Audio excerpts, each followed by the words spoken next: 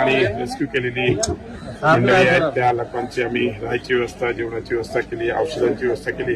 माननीय मुख्यमंत्री देवेंद्र फडणवीस साहेब पूर्ण आढावा घेत आहेत. या अतिवृष्टीमुळे ज्या लोकांचं नुकसान झालं त्यांना आम्ही नक्कीच मदत.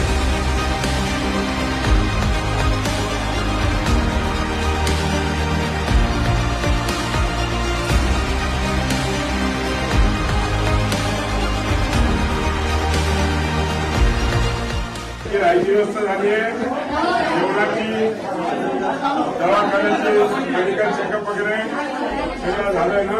आणि सकाळी पोहे दिले, चहा दिले, आता जेवणाची व्यवस्था केली, जेवण